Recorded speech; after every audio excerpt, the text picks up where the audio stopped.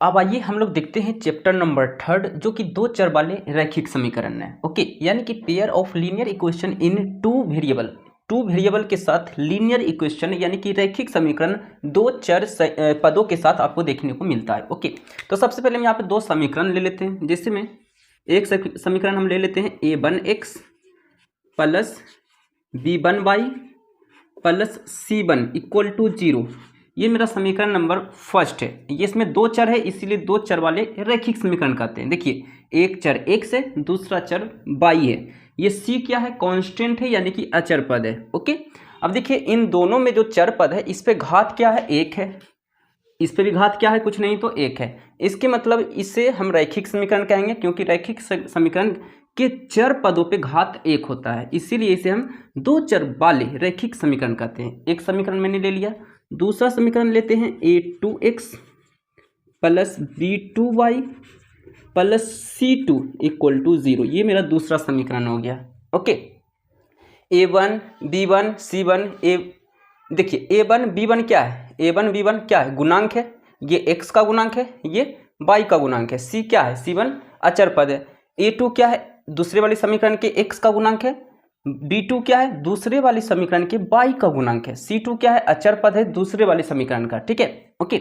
अब देखिए इसमें कंडीशन होता है, शर्त के अनुसार जो है आपके क्वेश्चंस पूछे जाते हैं। ओके, जैसे पहला शर्त आपको दे दिया जाता है कि a1 अपॉन a2, यानी कि पहले वाले समीकरण के x का गुणांक और दूसरे वाले समीकरण के x का गुणांक, ये अगर बराबर होगा या बराबर नहीं होगा दूसरे वाले समीकरण के b1 बटा b2, है ना, यानी कि a1 बटा a2 इक्वल टू नहीं होगा b1 बटा b2।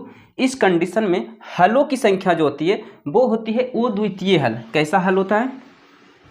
अद्वितीय हल निकल के आता है, अद्वितीय हल। ओके, यानी कि अद्वितीय हल मतलब यूनिक सॉल्यूशन, यानी कि केवल एक हल, एक के अलावा कोई है ही नहीं हल। ठीक है, यानी कि यूनिक हल जिसे हम एक ही हल कह सकते हैं, या केवल एक हल, आप इसे ब्रैकेट में समझ सकते हो। ठीक है, ब्रैकेट में लिख लेते, यहाँ पे लिख लेते हैं केवल एक हल।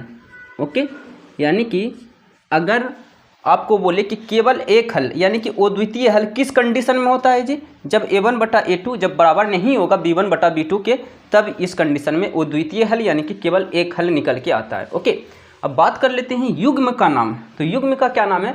तो इसे हम लोग बोलते हैं संगत युग्म। इसे क्या बोलते हैं? संगत। ओके, या फिर इसे हम लोग अविरोधी समीकरण भी कहते हैं।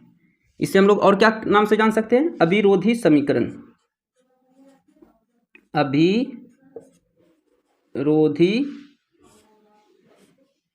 समीकरण। ओके, अविरोधी समीकरण के नाम से भी जान सकते हैं। यानी कि आपको इस सेक्शन से भी क्वेश्चन पूछ सकता है कि संगत युग्म किस कंडीशन में बनता है। तो a1 बटा a2 जब इक्वल टू नहीं होगा b1 बटा b2 के, तब संगत युग्म बनता है। यानी किसी भी सेक्शन से आपका सवाल बन सकता है। हो सकता है इस वाले सेक्शन से पूछ लिया जाए, यानी कि इस वाले भाग से पूछ लिया जाए, इस वाले भाग से पूछ लिया जाए, या फिर इस वाले भाग से पूछ लिया जाए। इसमें कैसा ग्राफ कैसा बनता है? तो इसमें ग्राफ बनता है आपका प्रतिच्छेदी। कैसा ग्राफ बनता है जी? प्रतिच्छेदी ग्राफ बनता है। ओके, प्रतिच्छेदी ग्राफ बनता है। मैं अभी आपको समझाऊंगी प्रतिच्छेदी ग्राफ होता क्या है। ठीक है, अब जैसे इसमें दो समीकरण दिया हुआ होता है। ओके, तो उन दोनों समीकरण का आप वैल्यू फाइंड करोगे। ठीक है, तो उस कंडीशन में क्या होगा? आपका ग्राफ बनेगा। जैसे ग्राफ के कहाँ बनता है? एक्स एक्सिस और वाई एक्सिस पर आपका ग्राफ बनता है। ये हो गया एक्स एक्सिस, तो x x dash, y dash. Okay, ये हो गया आपका ओरिजिन।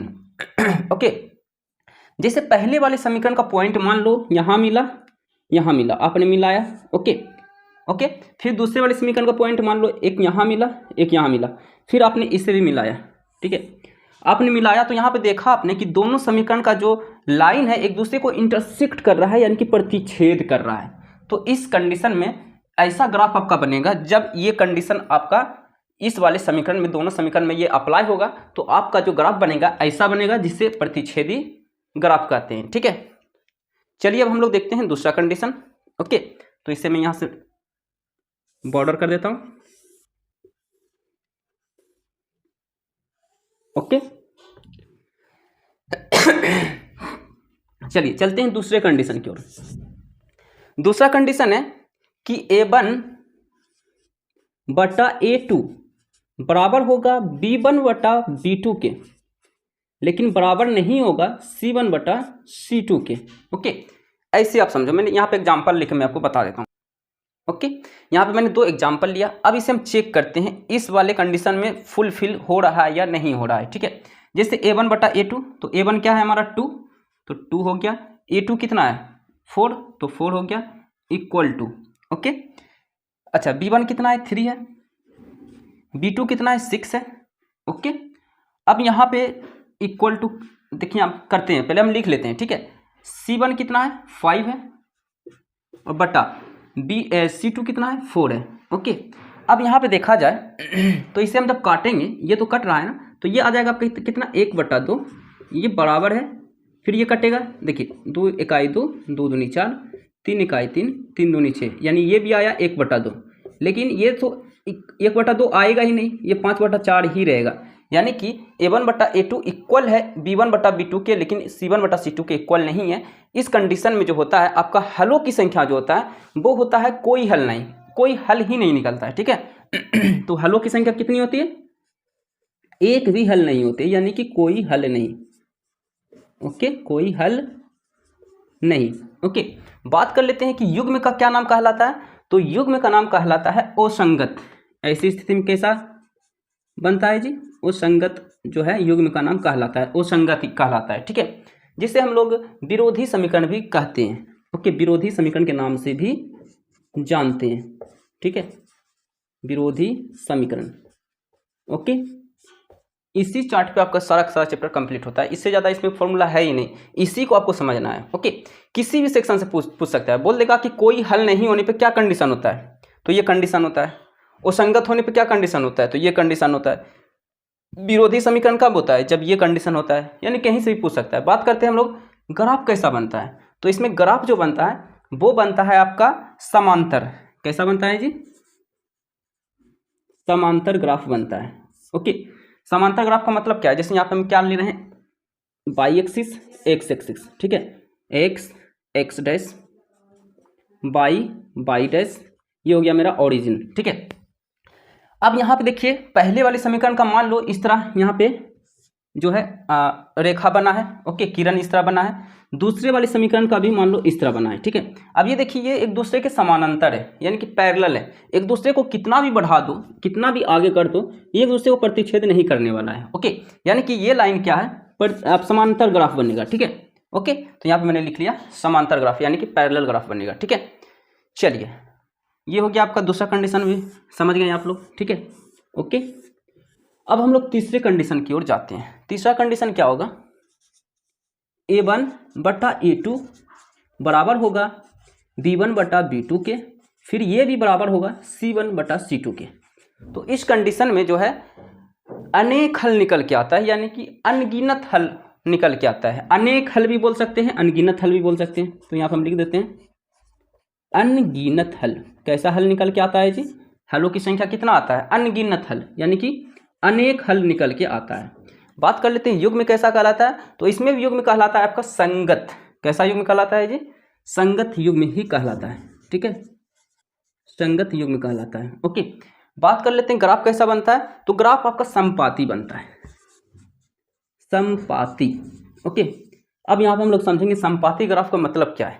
ओके, जैसे यहाँ पे हम दो यहाँ पे एक्सिस ले रहे हैं, एक्स एक्सिस और बाई एक्सिस यहाँ पे हम लोगों ने ले लिया है। ठीक है, बाई बाई डैश, ये मेरा ओरिजिन हो गया। ओके, अब पहले वाले समीकरण का मान लो हम लोगों ने पॉइंट फाइंड किया, एक पॉइंट यहाँ मिला मेरा, दूसरा पॉइंट यहाँ मिला पहले वाले समीकरण का। ठीक है, फिर हम लोग क्या किए, दूसरे वाले समीकरण का हम जो है जब पॉइंट फाइंड करने की कोशिश किए तो दूसरा वाला के समीकरण का पॉइंट एक यहाँ मिला, एक यहाँ मिला। यानी कि देखा जाए तो दोनों समीकरण का जो मुझे पॉइंट मिला एक ही लाइन पे मिला। अगर मैं इस लाइन को मैं बढ़ाऊंगा तो सारे दोनों समीकरण का जो लाइन है एक ही लाइन पे जाएगा। ठीक है, यानी कि एक दूसरे पे ओवरलैप होगा। ठीक है, ये देखिए इस तरह है ना, चारों पॉइंट, यानी कि समीकरण के जितना भी पॉइंट आप फाइंड करो सभी के सभी लाइन जो है एक ही लाइन पे होगा। ठीक है, ओके ओके, तो इस प्रकार ये आपका हो गया 3 शर्त और उससे रिलेटेड जितने भी क्वेश्चंस पूछे जाते हैं। ठीक है, तो एग्जाम में क्वेश्चन आपको इस तरह पूछे जाते हैं कि अनगिनत हल होगा किस कंडीशन में, तो ये कंडीशन आपको याद रखना है, इसी पे आपको क्वेश्चन जो है बना लेना है, ठीक है।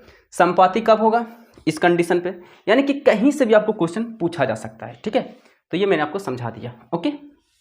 चलिए ये मैं इरेज कर देता हूँ। इसके बाद इसमें कुछ भी फॉर्मूला नहीं है, ओके। ये आपका जो है चैप्टर कंप्लीट हो चुका है, इसी पे सारा का सारा जो है आपका चैप्टर जो है चैप्टर नंबर 3 आधारित था, ठीक है। इससे ही आपको समझना था, ओके। अब इसमें एक और चीज़ आप लोग जानते होंगे कि एक्स और वाई का जो है वैल्यू हम फाइंड करने के लिए मेरे पास कई रूल है, 4-5 रूल हम लोग जानते हैं। विलोपन विधि, प्रतिस्थापन विधि, ओके, और भी विधि होता है, वज्रगुणन विधि, बहुत सारे विधि होता है, ठीक है। तो उस विधि को बनाने के लिए मेरे पास प्रोसेस होता है, ठीक है। कोई फॉर्मूला नहीं, बस कॉन्सेप्ट पे आपको समझना होता है, बनाना होता है, ठीक है। लेकिन वज्रगुणन विधि में जो है कॉन्सेप्ट के साथ साथ इसमें एक फॉर्मूला भी लगता है, ठीक है। वो मैं फॉर्मूला यहाँ पे आपको बनाने के लिए बताने वाला हूँ, ठीक है। तो यहाँ पे लिखते हैं वज्रगुणन विधि, वज्रगुणन विधि का सूत्र, ठीक है। तो फॉर्मूला लोग रट नहीं पाते, ठीक है। तो फॉर्मूला आप लोग रटते हो, ठीक है। फॉर्मूला आपको रटना नहीं, आपको फॉर्मूला खुद से बनाना है, ठीक है। तो यहाँ पे मैं एक ट्रिक में आपको बताऊंगा, उससे आप फॉर्मूला इजीली बना दोगे, ठीक है। तो सबसे पहले आप क्या करो, एक एक्स लिख लो, फिर बटा, फिर बराबर वाई लिख लो, फिर बटा, फिर बराबर 1 लिख लो, फिर बटा। इतना काम तो कर सकते हो आप, ओके। अब यहाँ पे देखिए, आप यहाँ पे बताइएगा बी सी को आप बस नहीं पढ़ सकते हो क्या, बी सी बस, बी सी से बस हो गया, सी ए क्या हो गया, सी ए का, आप का बोल सकते हो ना, बस का, ए बी से क्या बोल सकते हो अब। तो बताइए, कहानी यहाँ पे बन चुका है, बस का अब, बस का अब। तो यहीं पे आपको लिख लेना है, यहाँ पे क्या लिखना है, बस का अब, ठीक है, बस का अब। अब यहाँ पे आप देख रहे होगे कि सी ए में घट रहा है, ठीक है। यहाँ पे क्या हो रहा है, सी ए में माइनस हो रहा है, तो आपको करना क्या है, बी सी में बी सी को माइनस कर देना है और ए बी को ए बी में माइनस कर देना है। लो, आपका फॉर्मूला बन गया। अब इसके बाद एक और काम करना है, 12-21 याद तो रहेगा ना, क्या करो यहाँ पे लिख दो 12-21, 12-21, कोई फॉर्मूला रखने की जरूरत नहीं, ओके। यही आपका क्या हो गया, वज्रगुणन विधि का फॉर्मूला, ठीक है। तो पहला फॉर्मूला जो टेबल में हम लोगों ने समझा था उसे समझना ज़्यादा जरूरी था, अब इसे भी समझना ज़्यादा जरूरी है। इसे आपको रटना नहीं, रटोगे तो आप भूल जाओगे, ठीक है। तो बस का अब, इस तरह पहले एक्स वाई और 1 लिख लेना, बस का अब क्या करना, सभी में माइनस कर देना, फिर 12-21 कर देना, ठीक है। तो इस तरह जो है आपका वज्रगुणन विधि का फॉर्मूला आपका बनता है, ठीक है, ओके। तो इसे आप रटने की कोशिश करोगे ना, तो रट तो लोगे, लेकिन एग्जाम में कहीं ना कहीं आप भूल जाओगे, ठीक है। तो इस तरह आप फॉर्मूला आप इसे आप बना सकते हो, ठीक है।